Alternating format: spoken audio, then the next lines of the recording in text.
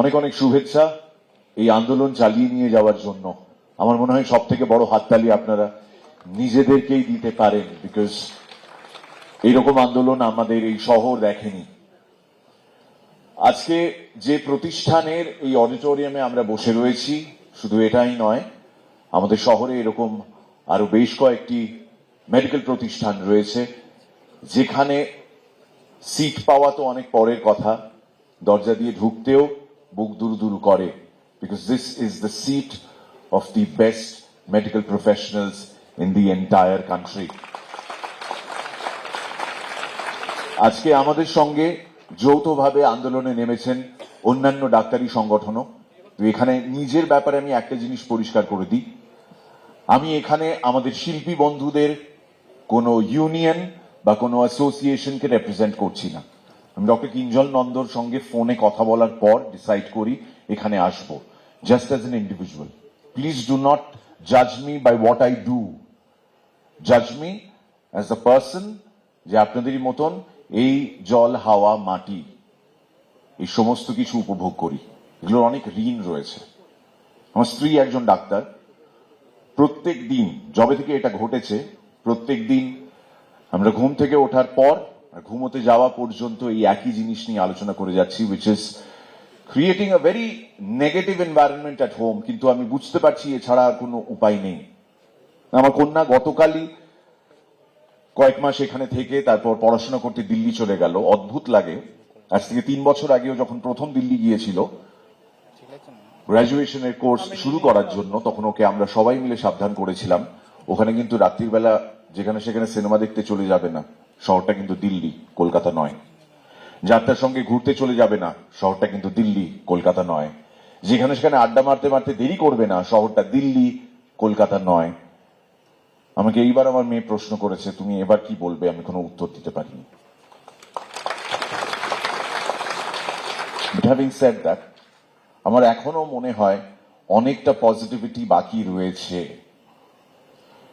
অনেক মানুষ যাদের কোনোদিনও মেরুদণ্ড ছিল না, তাদের মেরুদণ্ড ফাইনালি দেখা যাচ্ছে বাইরে থেকে।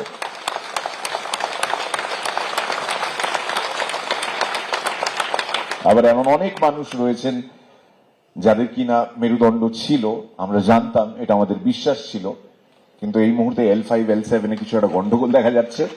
তারা ঠিক করে উঠে দাঁড়িয়ে সত্যি কথাটার পাশে দাঁড়াতে পারছেন না। মানুষকে কেউ তদন্ত করতে বলছে না, কেউ কোনো জবাবদিহি করতে বলছে না, শুধু পাশে দাঁড়াতে বলছে। যে মিটিং মিছিল নিয়ে আমাদের শহর জেরবার থাকতো একটা সময়, এবং আমরা উষ্মা প্রকাশ করতাম, আমরা বিরক্তি সূচক শব্দ ব্যবহার করতাম, গালাগাল দিতাম, আজকে মানুষ ঘন্টার পর ঘন্টা ট্রাফিক জ্যামে আটকে থেকেও এই সহনশীলতার পরিচয় দিচ্ছেন, কারণ তারা জানেন এটা বৃহত্তর স্বার্থে। পরিশেষে শুধু এটুকু বলি যে আমার বেশ কিছু শিল্পী বন্ধু যারা সিনেমা, টেলিভিশন, থিয়েটার জগতের সঙ্গে যুক্ত, তাদের কাছে জনগণ জবাব চাইছে, কিন্তু তারা কোনো জবাব দিতে পারছে না, কারণ তাদের আনফর্চুনেটলি টিকিটা অন্য কোথাও বাঁধা, এবং সেই টিকিট জোর আছে বলতে হবে। যেটা আনফর্চুনেটলি তারা বুঝতে পারছেন না, জনগণ কেন এই রোষ দেখাচ্ছেন তাদের প্রতি, তার কারণ খুব সিম্পল, তারা প্রত্যেকে নির্বাচিত জনপ্রতিনিধি, এবং মানুষের এই বিশ্বাস থেকেই মানুষ তাদের ভোট দিয়েছেন। They have been elected to the utmost seat in this country, which is the parliament, শুধুমাত্র এই কারণে যে মানুষের কোথাও একটা বিশ্বাস ছিল যে আমাদের সমস্যার কথা, আমাদের কষ্টের কথা, আমাদের দৈন্যতার কথা এই মানুষগুলো গিয়ে সেখানে বলবেন। কিন্তু আনফর্চুনেটলি ওই যে একটু আগে বললাম টিকিটে বাঁধা রয়েছে, তো ছেড়ে দিন তাদেরকে। তাদেরকে ট্রোল করার থেকে মনের মধ্যে গেঁথে নিন একটা বিষয়, ট্রোল নয়, you have a role to play. You and I, we all have a role to play. এই আন্দোলন, এটুকু তো আমরা দেখে স্পষ্ট বুঝে গেছি, এটা কয়েকদিনের আন্দোলন নয়, এটা কোনো হুজুগ নয়। এটাকে যারা হুজুগ বলছেন, যারা ছোট করার চেষ্টা করছেন, তাদেরকে সামনে দেখলে থুতু ছেটাবেন তাদের মুখে। যাদের সত্যি কথা বলার দৃঢ়তা নেই, এই মনুষ্যত্ব বোধটা নেই, তারা কোনোভাবেও শিল্পী নন। তারা কি করছেন আমি জানি না। বাট ছেড়ে দিন তাদেরকে, তাদেরকে ক্ষমা করে দিন। ক্ষমা যাদেরকে করবেন না তাদের বিরুদ্ধেই এই আন্দোলন চলছে, এই আন্দোলন চলুক। কোভিড এর সময় আমাদের প্রত্যেকের সমবেতভাবে মনে হয়েছিল ডাক্তারবাবু ছাড়া আমাদের চলবে না। আমি আমার ওয়াইফের ফোনটা কোভিড এর পর থেকে দেখেছি কোনোদিন সাইলেন্ট হয়নি, এবং সেই যে জেনারেল মোডে দিয়ে রেখেছে আজও জেনারেল মোডেই রয়েছে। তো আমরা সবাই মিলে ডাক্তারদের পাশে দাঁড়াই। এইটুকু কৃতজ্ঞতা বোধ যদি কোনো ডাক্তার আপনাকে সর্দি, হাঁচি, কাশি বা অন্য কোনো ব্যারাম থেকে আপনাকে বা আপনার পরিবারের কোনো সদস্যকে সুস্থ করে দিয়ে থাকে, তার প্রতি কৃতজ্ঞতা বোধ থেকে প্লিজ ডাক্তারদের পাশে দাঁড়ান। এই পাশে দাঁড়ানোটা খুব খুব ইম্পর্টেন্ট।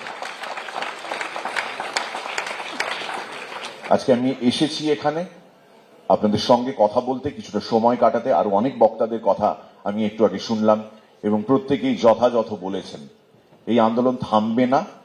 আরজি করে ডাক্তারদের আমি স্যালিউট জানাই, যারা এই বৃষ্টি বাদলার মধ্যেও এই আন্দোলনটা চালিয়ে যাচ্ছেন, যারা রাত্রির বেলা বাড়ি ফিরছেন না। আমরা বৃষ্টির মধ্যে রোমান্টিক গান শুনছি, ভালো সিনেমা দেখছি, কিন্তু তাদের জীবন থেকে এই রোমান্টিসিজম হারিয়ে গেছে। They do not deserve this. কিন্তু আনফর্চুনেটলি তাদের এক সহকর্মীর জন্য, আমাদের এই বাংলার, আমাদের এই দেশের এক মেয়ের জন্য তারা এই সংগ্রামটা করছেন। কেউ কোনো রাজনৈতিক ভাঁওতা বা ফায়দার জন্য এটা করছে না। প্রত্যেক দিন যেটা আমরা বলি না, বেহতি গঙ্গা মে হাত ধোনা, আপনাদের আন্দোলনটাকে হাইজ্যাক করে মানুষ যে যার নিজের স্বার্থ সিদ্ধির চেষ্টা করছে, এটাকেও বন্ধ করতে হবে।